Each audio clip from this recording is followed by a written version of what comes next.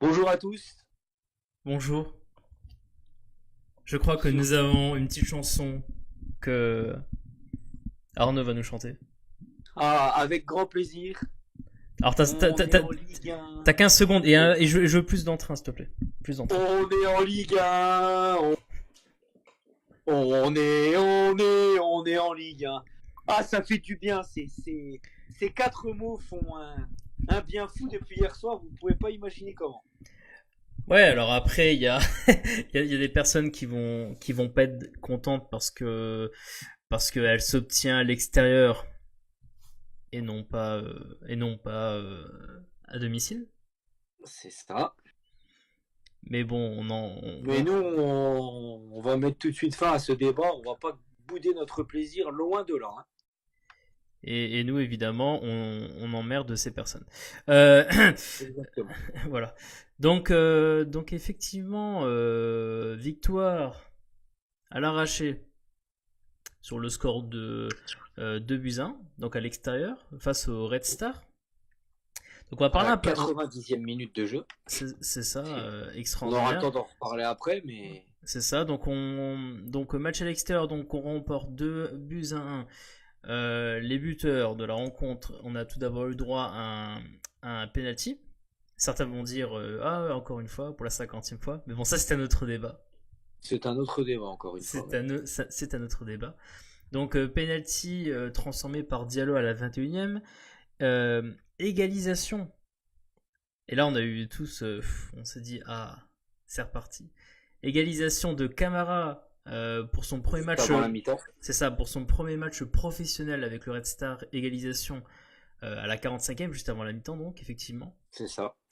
Et après, deuxième mi-temps, on a tenté, c'était compliqué parce que le Red Star nous a un peu mis dans le mal pendant pas mal de temps dans le jeu.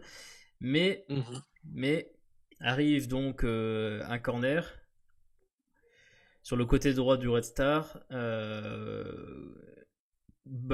Qui arrive sur quelqu'un qui est dévié et c'est Opa qui s'est un peu plus démarqué que les autres défenseurs du Red Star qui dévie la balle en but. Qui est Euh, là au bon endroit, au bon moment. c'est ça, à la limite du hors-jeu. Pour revoir si. Parce que les joueurs du Red Star avaient l'air d'être un peu surpris du positionnement de Henget. Mais bon, enfin, je pense qu'il l'est pas, mais il faudra revoir quand même. Mais au final, effectivement, Henget qui nous permet donc de gagner ce match de buts à 1. Petite information quand même. Donc, 23e but pour Habib Diallo. Le meilleur total d'un attaquant messin dans l'histoire du championnat de France de deuxième division. Tout à fait. Et surtout, qu'est-ce que je voulais dire d'autre? Oui, et donc aussi, assez intéressant, mais Opainguet qui marque son 6e but de la saison. Et Nous, celui le plus important, hein, c'est c'est le plus important, et en plus, on parlait souvent de Opa qui n'était pas souvent décisive en termes de production statistique, que ce soit passe ou but, et ben c'est là, ça. il Et en là, il marque. met le but le plus important de voilà, peut-être même de sa carrière à lui d'un point de vue individuel. C'est ça. Donc Donc effectivement on est donc ce match pour nous se termine de la bonne manière parce qu'on a pu fêter tout ça. Au point de vue du classement, comme ça on le fait tout de suite, comme ça après on peut aller plus en détail sur le match. Donc cette vidéo là on est en train de la faire juste après la victoire de Brest à domicile contre Lens. c'est ça. Ce qui fait que, à l'heure où on parle, Metz est premier avec 75 points, avec Mhm. la validée qui est officiellement validée. Brest est à 4 points derrière avec 71 points. Mhm.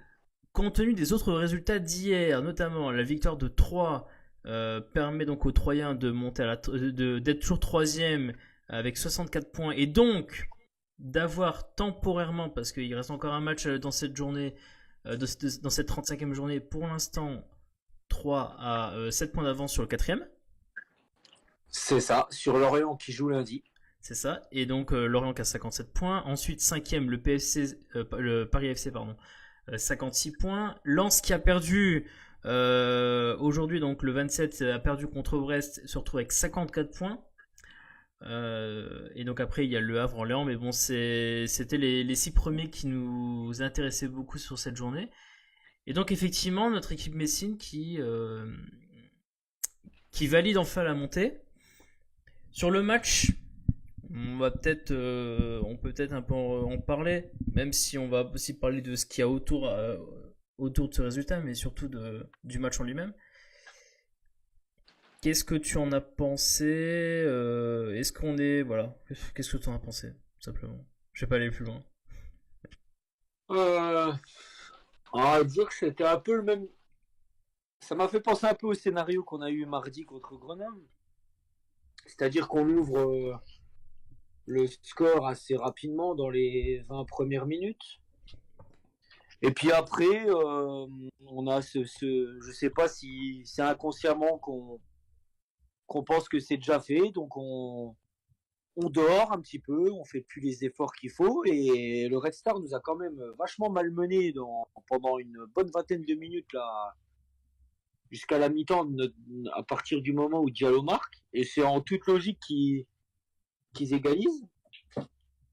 Et puis deuxième mi-temps, par contre, à partir du moment où premier quart d'heure encore un peu poussif, et puis dès qu'il y a eu les changements, Niané et puis Gakpa, là on a vu une domination assez territoriale sur les dernières 25 minutes où on doit marquer largement avant la 90e minute. Bon, on le fait pas parce que voilà, ça arrive plus tard que prévu, mais au final c'est voilà, demi-temps un peu différente, et comme bien souvent là, le FCMS fait la différence en deuxième mi-temps.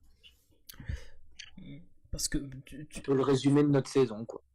ouais, c'est ce que je vais un peu dire à la fin de mon impression sur ce match. Mais c'est vrai que tu le dis très bien, le Red Star a un peu joué sa vie parce que le Red Star devait gagner pour espérer encore dans la course au maintien. Ils ont très très bien joué. Moi, je pense qu'il n'y a pas grand chose à dire. On peut pas. En fait, ce qui est intéressant, et je vais te dire pourquoi, c'est ils ont très très bien joué et on peut pas dire qu'ils ont joué en bloc. Ça, c'est totalement. Ils ont pas joué en bloc. On l'a même eu plusieurs fois. Ouais, et on a eu plusieurs fois la remarque durant le match où on trouvait les lignes du Red Star assez étirées au final. C'était très étiré parce qu'il y avait 4 éléments offensifs du Red Star qui étaient constamment aux avant-postes, et ce qui faisait que t'avais de la pression constante quand t'étais défenseur de Metz, t'avais de la pression et t'as eu beaucoup d'occasions qui, en toute logique, s'est transformé en un but marqué à la 45e. C'était mérité, il y avait quand même eu beaucoup d'attaques du Red Star. Ah ben bien sûr. Et c'est vrai que, comment dire, ce match, tu l'as très bien dit, est un peu le reflet de notre saison sur la manière dont ça s'est passé. C'est-à-dire que, effectivement, on y retrouve tout. Déjà, tu retrouves le fait que tu gagnes le match de buts 1. Donc, encore une fois, tu n'arrives pas à créer un écart au score. C'est ça. C'est toujours des. Voilà, oui. C'est toujours des scores qui sont soit qui ont été des nuls, ou soit qui ont été un but d'écart. Comment dire, des scores qui ont trop souvent été les mêmes, on dirait, et tu sais pas si c'est une bonne ou une mauvaise chose, parce que tu vois, par exemple, je pense que tu t'en souviens très très bien, mais quand Montpellier est champion de Ligue 1, il gagne 14 matchs par un but d'écart, hein. C'est ça, et l'année d'après, alors qu'au final ils perdent qu'un seul élément majeur derrière. Derrière, oui, c'est. Tu vois et c'est vrai que dans le cas dans le cas de Metz, ça se ressent un peu. Et ça, c'est il y a des propos qui ont été parce que moi hier soir, donc quand j'ai regardé le match chez Arnaud justement. Et quand je suis rentré en voiture, j'écoutais RMC, et donc il y avait RMC qui ils avaient une interview avec Renaud Quad. Sur le plateau, tu avais Ludovic Obraniak, donc c'était assez intéressant. Et c'est vrai que Renaud Quad disait, enfin un des consultants disait à Renaud Quad, Bah, vous avez fait une super saison. C'est vrai que vous avez été bon du début à la fin. Mais il y a quand même un truc un peu compliqué, c'est qu'on a l'impression que votre équipe, elle manque clairement de créativité. Et que vous gagnez vos matchs avec un but d'écart. Et que l'année prochaine, s'il n'y a pas des changements, ça risque d'être très compliqué. Et Renault avait dit une chose qui je sais pas s'il se rend compte ou pas, mais il avait dit, oui, cette saison, on a affronté beaucoup d'équipes avec un bloc bas. Et Mhm. j'ai envie de lui dire, mais Renault, le match de ce soir là, le Red Star, ils étaient pas en bloc bas. Mhm. Ils t'ont juste pris à la gorge. Bah oui, tout à fait.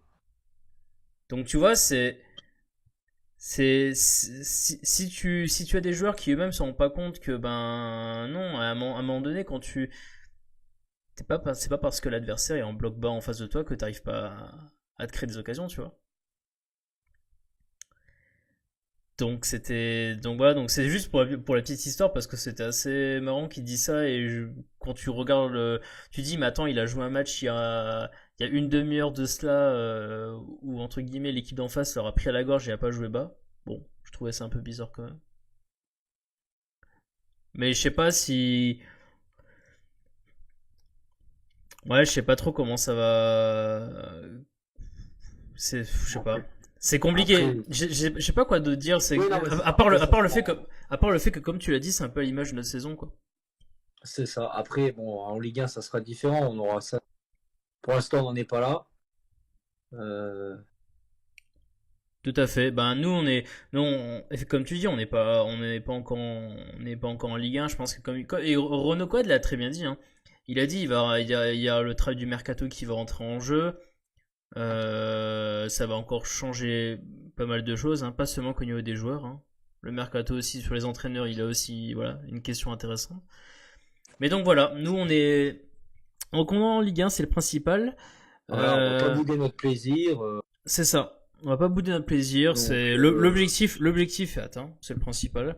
tout à fait. La manière, je pense qu'on a déjà assez parlé de la manière de Metz et on sait qu'on a des problèmes. La question, c'est toujours pareil, c'est que quand tu joues d'une façon qui est pas extraordinaire, quand ça marche c'est bien, quand ça marche pas c'est moins bien, et le jour où ça marchera pas, c'est ce jour-là où on attendra de toi que tu innoves et que tu comprennes ce qui va pas et que tu vois. C'est ça. Parce que c'est un peu un problème chez tous les humains de quand on est dans une situation qui marche bien, et ben on veut rien changer. On veut rien changer, et sauf que le jour où ça va pas, ben là il faut que tu changes, et si tu changes pas, et ben tu n'y arrives pas, et tu redescends. Donc, donc on espère qu'on va pas. Ah bah ça, on l'espère tous les ans. On espère que c'est cette année qu'on va. Mais je pense que il y a des choses qui sont faites et qui sont dites qui prouvent déjà que je sens qu'il va y avoir un effort de fait. J'espère ne pas me tromper, mais Bah, je sens des choses positives. Je sais pas, je saurais pas expliquer le pourquoi du comment, mais c'est-à-dire que on a beaucoup rigolé, toi et moi, quand on a entendu l'interview de. Oula. Quand on a entendu l'interview de Philippe Gaillot au Républicain ah Lorrain. oui, oui, bien sûr. Vidéo que je vais essayer de la retrouver. Enfin, je pense que je peux mettre le lien, mais qui est assez hilarante parce que Philippe Gaillot dit que, à part quelques matchs, Metz a joué de façon brillante la plupart du temps cette saison. Le mot est peut-être un peu trop élevé. Oui, le mot est un peu élevé. Ah, ça c'est. Euh, je veux bien qu'on parle d'efficacité. Tu vois, d'efficacité, je veux bien. Mhm. Euh, par contre, d'être brillant, non. Désolé. Non, mais après on est l'équipe la plus efficace. Après brillant, c'est un grand mot de toute façon. On est l'équipe la plus efficace dans cette configuration-là à l'instant T. Maintenant, Voilà, si on commence à faut parler, pas non plus. si on commence à parler du beau jeu, du beau jeu à Metz, clairement, c'est pas à Metz qu'il faut venir voir le beau jeu. Et les faits sont, Ah, mais ça c'est clair. Hein. les Ça faits, c'est clair. les faits sont là aujourd'hui, quoi. Et c'est qu'à Metz, Aujourd'hui, t'as pas forcément un beau jeu. T'as une addition de joueurs qui, individuellement parlant, font très très mal. T'as des séquences très furtives avec deux trois joueurs qui sont efficaces. Mais collectivement parlant, tu sens qu'il y a, voilà, comme on l'a très bien dit durant le match, t'as encore quelques déséquilibres. Le fait que le jeu penche beaucoup trop à gauche et qu'il faille que quelqu'un comme Opa change de côté avec Farid pour que on ait un peu de jeu à droite, par exemple. C'est tout très con, hein. Mais autant en Ligue 2, peut-être que les équipes se rendent pas compte et prennent pas la mesure de ça tactiquement parlant. Par contre, en Ligue 1, un coach de Ligue 1 qui a son staff et qui a son staff vidéo, ils vont voir ça tout de suite, ils vont dire ah bah attends, ils jouent à droite comme ils jouent de leur côté gauche comme ça, ben on va leur taper sur leur côté droit et d'ailleurs beaucoup de menaces venant du côté droit de l'équipe Messine, dont le but d'ailleurs. C'est ça. Mais ça, c'est un autre débat. Ah bah ça, de toute façon, oui, c'est... Mais Mais pour voilà. l'instant, voilà, chaque chose en son temps, il faut savourer, il reste encore quelque chose à aller chercher, comme l'a dit si bien notre cher président, dans une interview assez mythique, tel qu'il a l'habitude d'en faire. Ah, l'après-match est assez. Alors, c'est intéressant ce que tu dis sur l'après-match. Donc, il y a les. Déjà, ça prouve que le groupe vit vachement. Le groupe vit bien. Autant des fois, il y a des années, je sentais que c'était un peu. Là, on sent vraiment que il y a quelque chose qui se dégage dans ce groupe quand même. Ah non, mais il y a des moments mythiques dans cette célébration post-match. Il y a il y a qui? Il y a Victoria Angban là, qui se charriait, qui dit en gros les cheveux que t'as là, c'est à qui faut les rendre. Et tout le monde dit ah, c'est à Jonathan Ivirez. Moment assez marrant, mythique. Oui, il y a eu des moments assez magiques dans cette soirée de célébration. C'était vraiment. C'était assez beau à voir. C'était C'était beau vraiment. à voir, c'est même les choses qui sont pas forcément que t'aimes pas voir, comme par exemple Thomas Delaine qui agite le maillot de d'Emmanuel Rivière lors d'une Ah, mais photo. c'est l'un des meilleurs moments de la soirée, ça. C'est ça. Pour ceux qui savent pas de quoi je parle, allez sur le Twitter La Maison du Grenat. Donc là, Voilà, espace Maison n'hésitez du pas, Grenat. Voilà, vous n'hésitez pas à nous follow. Hein, faites un évidemment. petit follow et vous allez voir que dans les publications du 26, j'ai fait une capture justement où on voit Thomas Delaine qui agite le maillot d'Emmanuel Rivière durant une photo qui se déroule à l'intérieur du vestiaire. C'est assez magique. C'est ça. Donc donc c'est pas mal, mais donc ouais, c'est même le fait que tu vois d'ailleurs que ce soit le 26 au soir ou le lendemain, donc là au moment où on tourne cette vidéo, le fait de voir beaucoup d'anciens joueurs de Metz faire des messages, il y avait Mandjek, t'avais On a eu du Kalidou Koulibaly on aujourd'hui. a eu Koulibaly, il y On a a eu eu Chris Phillips, j'ai vu également, non, il y en a plein, il y a Milicevic aussi également. Ça prouve que voilà Voilà. On se demande si certains veulent récupérer des contrats pour la saison prochaine à Metz.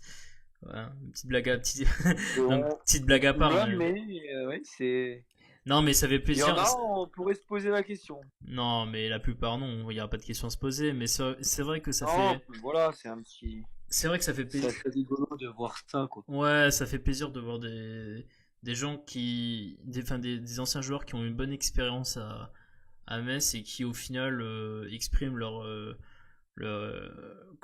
joie à voir Metz de retour en Ligue 1. On va terminer cette vidéo par par un petit top et flop. Euh, Si t'as un top à mettre, c'est qui sur ce match? Pas forcément évident, mais Pas forcément évident. Après, on va quand même lui rendre hommage parce qu'au final, il fait pas un si mauvais match. Puis il met quand même le but qu'il faut. Donc en top, évidemment ou pas. Opa, ouais. Pour moi, ça reste au pas. Il y a pas. Juste pour le fait que ça soit lui qui marque. Puis en plus, à la 90e minute. Qui n'a jamais voulu monter sur un but dans le temps additionnel? Je veux dire, c'est quand même assez. Bah surtout quelqu'un comme Opa qui au final a pas forcément eu autant de production statistique majeure en fait cette Voilà, saison c'est quoi. pas, c'est quelqu'un qui qui a toujours manqué un combattant, mais qui n'a jamais eu la réussite qu'il aurait dû avoir pour le talent qu'il a, quoi. C'est ça, et puis comme tu Au dis, final, c'est bien. ouais, C'est bien que cette année, ça commence un peu à tourner. c'est clair. Surtout qu'il avait une saison un peu galère avec quelques pépins physiques. Donc, Mm. Ouais. Et en flop? c'est pareil, c'est difficile à sortir un flop. Mais bon, ouais, je dirais Farid quand même. Ouais, Farid. J'aurais pu mettre Renault, mais bon, de là, il a fait un mauvais match, mais de là à dire que c'était un flop, le mot est peut-être un peu trop. Mais Farid, qui lui, normalement, est attaquant, qui doit amener le danger, ce qu'il a montré pendant sa production pendant 60 minutes, là, déjà que mardi, c'était assez poussif. Je m'attendais justement à ce qu'il y ait une réaction de sa part, et au final, elle n'a pas eu lieu. Il était un peu en dedans, un peu comme quand on fera le bilan à la fin de saison après la 38e journée, et qu'il faudra faire un bilan sur la deuxième partie de saison, un peu des progressions et des régressions. Farid, je pense, sera dans la deuxième catégorie. Ah, tu sens que c'est un peu, ouais, tu sens que c'est un peu, tu sens que c'est un peu poussif quand même, ça. Je sais pas s'il a atteint sa plénitude lors de la première partie de saison et que là, physiquement, ça commence un peu à tirer parce que bon, voilà, c'est quand même quelqu'un qui joue tous les matchs. Donc, Bah, c'est vrai que Farid était très ou très. alors c'est le fait que. Farid était très très bien première partie de saison. Deuxième partie de saison, tu vois que c'est un peu, ouais, que c'est. Il y a eu ce gros coup de mou à un moment donné, il y a eu un gros coup de mou. Et puis le fait aussi que, ouais, même l'ambiance générale, par exemple, là, ça Symphorien, par rapport à C'est ça. lui, c'est Après, compliqué. ça n'aide pas. Ça aussi, c'est vrai que ça n'aide pas. Forcément, c'est. Ça, je pense que. Mais après, il doit faire abstraction de ça. Et après, je dis pas qu'il a fait une mauvaise saison, loin de là, hein. C'est un élément primordial, mais je trouve qu'il a un peu stagné sur cette deuxième partie de saison. Ouais, au final, donc là, on va. Si tu prends ses stats, il est à quoi? Je crois qu'il a 6 buts, 6 passes Mais D en d'un point de championnat, vue tu vois. statistique, une excellente saison. Ah, mais c'est ça, ce que je veux dire, c'est que tu vois, C'est une excellente saison. il met 6 buts, 6 passes D. Mais le problème, Euh... c'est que sur ces 6 buts, 6 passes D, là, il y a 80% de ces statistiques qui sont faites jusqu'au 21, au 20 décembre, quoi. C'est ça que je veux dire. Oh, en vrai, Donc, en vrai, non, pas vraiment. Enfin, t'as quand même deux, ouf, ouais, enfin, si, parce que t'as quand même 2 buts de passe D aussi, ouais, depuis, enfin, comment je peux dire ça? En gros, t'as 3 buts de passe D depuis la reprise de janvier, quoi. c'est ça. Donc on va dire que si on est taquin, en réalité, il a fait la moitié de ses stats en première partie de saison et l'autre moitié en deuxième. Mais c'est vrai que c'est sur la répartition.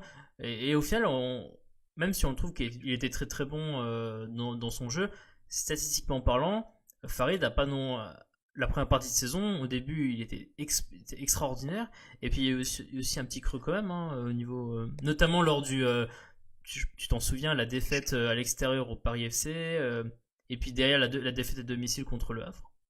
Bien sûr, bien sûr. Assez compliqué. Bon, il avait fait moins de minutes là, mais c'est vrai que c'était pas simple.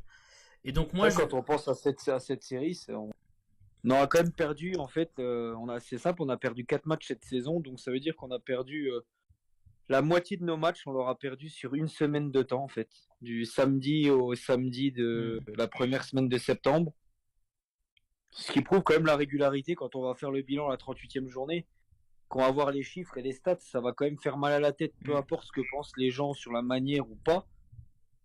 Mais beaucoup de clubs aimeraient être à notre place. Et pourtant, je suis persuadé que dans ce championnat, il y a peut-être des équipes qui jouent mieux au ballon J'en suis même que le sûr, FC Metz. je suis même sûr qu'il y a des équipes. Mais après, le problème, c'est que c'est plus C'est tard. De sûr. toute façon, on a bien vu avec l'exemple de Troyes qui pratiquait l'un des meilleurs jeux en Ligue 1 il y a 3 ans pour au final En Ligue finir 2, en Ligue dernier de 2, Ligue 1. en Ligue 2, en Je Ligue 2. parle de Ah notre non, Ligue 1. Ali, ah oui, de Ligue 1, oui, d'accord, dans le oui, je vois ce que tu veux. Ok. Où il joue vachement bien. C'est à chaque fois des matchs où il joue super bien, où il domine. Et au final, je me prends un compte, je perds un zéro. Et puis au final, voilà. C'est ça. Et d'ailleurs, petite information, mais c'est vrai que les 4 matchs que tu perds cette saison en Ligue 2, 3 sont à domicile. 3 sont à domicile. C'est ça, j'aime ça. Je pense qu'on fera une vidéo Ouais. Sur la ça. saison extraordinaire du FCMS à l'extérieur. Mais paradoxal, mais en même temps qu'on va Qui est opposer à la. paradoxal, mais. Non, mais ce que je dirais, c'est qu'on opposera à la saison très à moyenne la à saison domicile. Mais ce qui est paradoxal, c'est qu'au final, on risque de finir avec le total de points à extérieur-domicile. Parce que là, on est à 39 points pris à l'extérieur. Il reste une journée et on a 36 points pris à domicile, il reste 2 journées. Donc on peut potentiellement finir avec le même nombre de points domicile et extérieur. Ce qui devrait pas être normal, normalement. Ce qui devrait pas être normal. Mais ce qui devrait pas être normal surtout, c'est qu'une équipe comme 39 points à l'extérieur, 39 points à l'extérieur, ça veut dire que le FCMS a quasiment assuré un maintien en ne prenant que des points à l'extérieur. Ouais, quasiment. Ouais. C'est tout bonnement... c'est incroyable comme statistique. Au niveau de l'efficacité, ça c'est incroyable, je suis d'accord. Avec 39 points, Ouais. le FCMS serait 14e de Ligue 2. Là. C'est clair. Moi, je vais juste terminer par mes tops et flops. Comme ça, après, on va pouvoir terminer ce débrief. Alors, j'ai hésité un peu. Après, j'aurais pu mettre le coaching gagnant de Vincent Ognon. Hein. Ah, pourquoi tu me coupes pourquoi tu me coupes l'herbe sous le pied? C'est terrible. C'est terrible, il me coupe. Non, mais c'est vrai qu'on avait fait la remarque. Force est de constater qu'il. Voilà. Non, mais par rapport à mardi.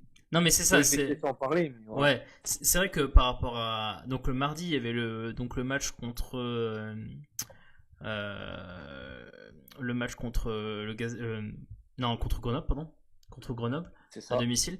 Et c'est vrai que moi, j'avais un peu critiqué à la fin du match le fait que dans la configuration qu'avait fait Oignon, c'est-à-dire de faire démarrer Nian et après de faire rentrer Habib Diallo et de mettre Nian sur un côté pendant quand même quelques minutes, je me suis dit mais non quoi, Nian il est crevé parce qu'il a joué donc depuis le début du match, il pourra pas autant impacter et en plus pour moi de base Nian n'a rien à faire sur un côté. Voilà. Et j'avais expliqué avec certains comment j'aurais vu la chose, voilà. Mais c'est vrai que sur ce match-là contre le Red Star, tu constates que jusqu'à la 60e minute de jeu,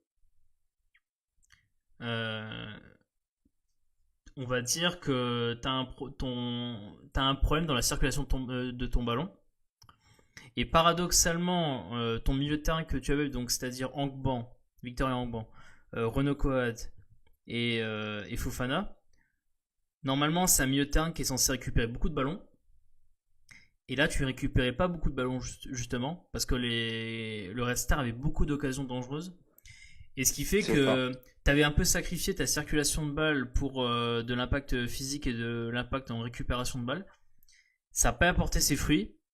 Et au final, non seulement tu étais très friable d'un point de vue défensif, mais comme tu avais sacrifié cette transmission des ballons depuis le milieu de terrain, et ben offensivement, t'étais pas dedans quoi. T'étais pas dedans offensivement. Et donc le top que je vais mettre, c'est comme Vincent Lyon, parce qu'il faut reconnaître que aussi bien sur ce match, mais aussi depuis qu'il a repris un peu plus les rênes de l'équipe, faut reconnaître que quand on a un problème dans le fonctionnement de l'équipe, on laisse à l'équipe généralement 60 minutes pour voir ce qu'elle produit. Et si jamais ça marche pas du tout, 60e environ, tu fais un changement. Et là, c'est ce qu'il a fait. Il a sorti, il a sorti Farid.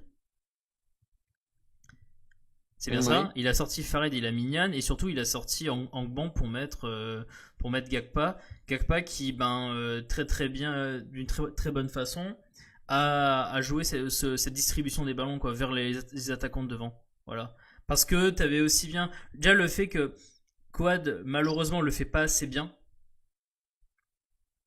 Il le fait pas assez bien, aussi bien dans la dernière passe, mais aussi sur le coup de pied arrêté. Je pense que ça s'est vu et. Ah, oui, mais Renaud a été. Renaud a pas été bon sur les coups de pied arrêtés contre Red Star, pas du tout bon. Ce qui fait que t'es pas menaçant alors que t'es censé être une vraie menace vu les joueurs que t'as les joueurs de tête que t'as, les joueurs physiques que t'es censé être une vraie menace. D'ailleurs, le but vient d'un corner non pas tiré par Quad qui a été remplacé mais par Gakpa. Hein, Gakpa, donc forcément rien n'est. On n'invente rien. Ah bah la papa de gauche.